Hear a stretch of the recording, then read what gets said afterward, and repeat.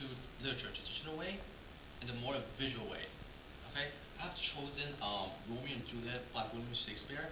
Act 2, Scene 2 is where the balcony scene is. As you can see, traditional literature, we just analyze by seeing the words. However, if I show you a new way that you can read the context, plus you can understand the new era way. So let's move on to a my visual novel that it will take some time.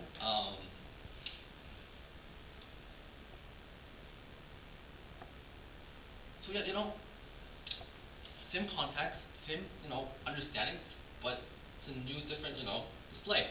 So let's move on. When you read a graphic novel, you don't just read the dialogues. You analyze every aspect. You don't see the character's expression. You see the setting of it, right? If you just read the dialogue, you won't understand much. That's why it takes more effort to analyze in a graphic novels than a more traditional literature. So let's move on to my next slide. That. Yeah, so should teacher consider the full use of graphic novels?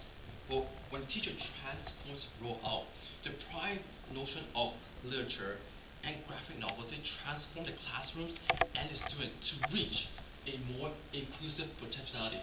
So the question we ask is, how are we teaching beyond tenses to help adolescents deal with challenges of being teenagers, right?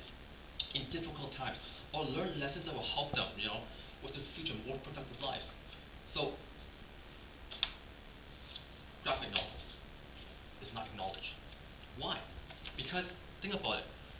It's just a picture book, right? When we see picture books as children, we just see it as entertainment and nothing else.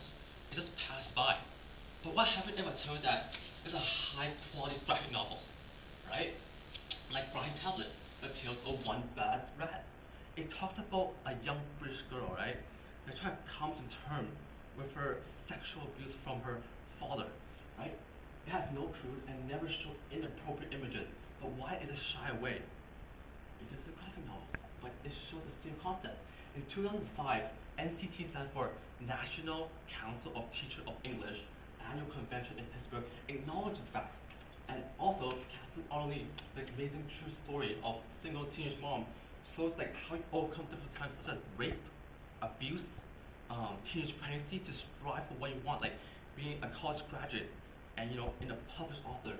So I can see graphic novel may be simple looking, but it also conveys a deep meaning if you just analyze properly. Yes, there's some graphic novels that's just for entertainment, but there's some high quality graphic novels that we can analyze to convey the same meaning as a traditional literature. So let's keep moving on. So transmit the power of many graphic novels, right? Because of adolescence, right? We're gonna transfer the adolescence of unpotential values. Because if they're not really good with traditional literature, maybe this can help you push to the next level, right? We don't know until we try. So you can see this quotation by James Buckley Carter. Manga is the teacher today what music video were generation ago. Something important to students that we should ignore. If you might not ever get it, right?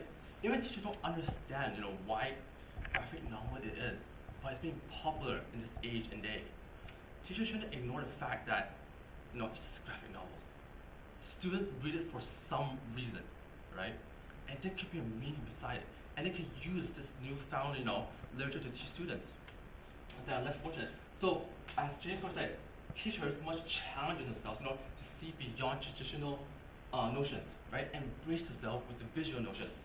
So, when English classroom is integrated with graphic novels, it creates acceptance, diversity, deep, must-think reading, and it doesn't shy away from challenges. So this concludes my end of presentation for the future of graphic novels.